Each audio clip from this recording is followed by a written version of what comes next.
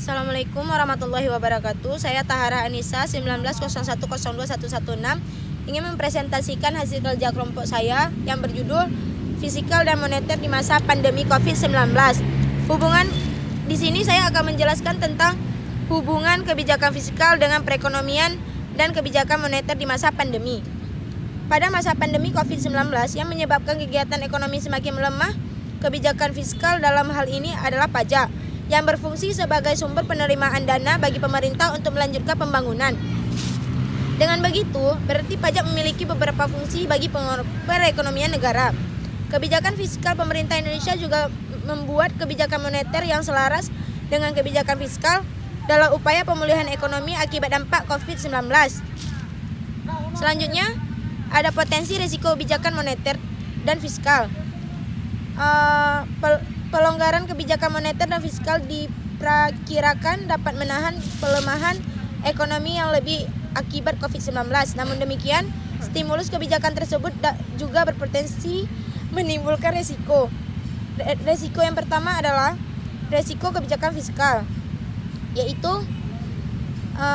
peningkatan stimulus fiskal untuk mengatasi dampak COVID-19 yang telah memperlebar definisi fiskal di tengah penerimaan pemerintah yang menurun. Yang kedua, ada risiko kebijakan moneter.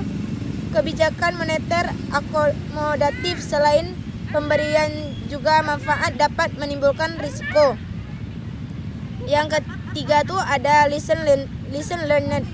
Pandemi COVID memberikan efek dinamo pada skala aspek, terutama aspek keuangan. Selanjutnya ada solusi kebijakan moneter dan fiskal pada masa pandemi. Selain langkah pemerintah dalam mengatasi pemulihan ekonomi negara dengan inspiratif perpajakan, pemerintah juga bersiap merencanakan kebijakan keuangan negara pasca COVID-19. Dampak-dampak yang terjadi pada saat pandemi. Yang pertama yaitu dampak ekonomi akibat wadah COVID-19. Yang kedua ada dampak fiskal. Yang ketiga ada dampak moneter. Selanjutnya kebijakan fiskal. Kebijakan fiskal itu yaitu pemerintah mengeluarkan 3 stimulus terkait dengan COVID-19. Yang kedua, terkait dengan Kemenko menerbitkan PMK 23/2020 tentang stimulus pajak karyawan dan dunia usaha. Selanjutnya, kebijakan moneter. Di samping kebijakan fiskal, pemerintah melalui Bank Indonesia pun melakukan kebijakan moneter untuk menjaga stabilitas nilai tukar dan tingkat bunga. Selain itu, kemudian ada juga kebijakan untuk melakukan pembelian surat berharga negara. Kesimpulannya, dalam menghadapi pandemi COVID-19 ini, pemerintah menerapkan kebijakan fiskal terhadap penerimaan pengeluaran negara untuk menjaga pertumbuhan ekonomi maupun kestabilitasan ekonomi.